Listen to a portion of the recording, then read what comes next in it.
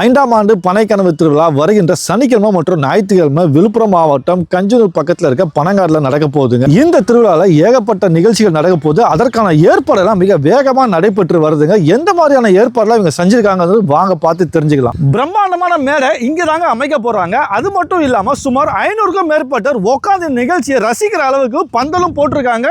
அதற்கான சேரும் ஏற்பாடு பண்ணியிருக்காங்க. இந்த பனைக்கனவு திருவிழாவின் முக்கிய நிகழ்ச்சி நடைபெறும் இடம் இந்த இடம் தாங்க. இந்த பனைமரத்துக்கு கீழே வச்சுதான் பனைக்கல் பனை சார்ந்த பொருட்களை வச்சு படையல் செய்வாங்க. படையல் முடிஞ்சதுக்கு அப்புறம் படையல் செய்யப்பட்ட கல்லை திருவிழாக்கு வரை தரும் மக்களுக்கு இலவசமா அருந்த தருவாங்க. பனைக்கல் பனை சார்ந்த பொருட்களின் படையலுக்காக சிறப்பா பானை எல்லாம் தயார் பண்ணிருக்காங்க. இந்த பனை கீத்து எல்லாமே எதுக்காக வச்சிருக்காங்கன்னு பாத்தீங்கன்னா, இங்க பாருங்க மேல ஒரு டென்ட் மாதிரி ரெடி பண்ணிருக்காங்க. பனை கீத்தை வச்சு பார்க்கவே அவ்வளவு அழகா இருக்கு. இது மேல உட்காந்து பார்க்கும்போது நிகழ்ச்சி நீங்க முழுமையா பார்க்கலாங்க. இந்த பனை திருவிழாவில் பனை கச்சேரி, பனை பாடல், பனை நாடகம், இப்படி பனை சார்ந்த பல விஷயங்கள் இருக்குங்க. அதுல முக்கிய நிகழ்வா பாத்தீங்கன்னா இது இந்த பசங்க பாடினு இருக்க இந்த பனை பாடல்னு சொல்லலாம்.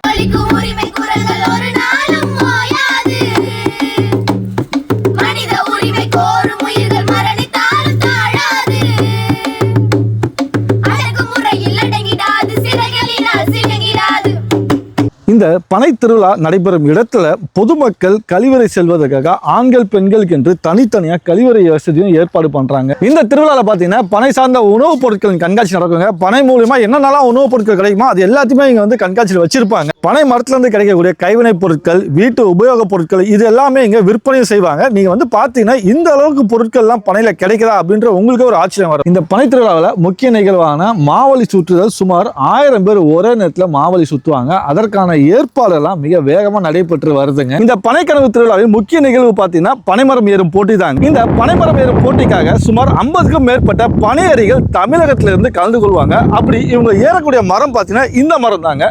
இந்த மரத்துல யாரு மிக வேகமா மேலே ஏறி கீழே இறங்குறாங்களோ அவங்க தான் வெற்றியாளர். பனைமரம் ஏறும் போட்டியில வெற்றி பெறும் வெற்றியாளர்களுக்கு பரிசு தொகையும் தருவாங்க. அதான் இந்த நிகழ்ச்சியின் சிறப்புங்க.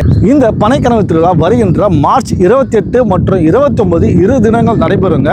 நீங்க இந்த நிகழ்ச்சிக்கு வரணும்னா விழுப்புரத்துல இருந்து செஞ்சு போற வழியில கஞ்சனூர்ல இறங்கி கஞ்சனூர்ல இருந்து பனங்காடு ஜஸ்ட் ஒரு 2 கிலோமீட்டர்ஸ் தான். நீங்க நடந்தும் வரலாம், இல்லைன்னா இங்க மாட்டு வண்டி ஏற்பாடும் பண்ணியிருப்பாங்க. நீங்க அப்படியும் வரலாங்க.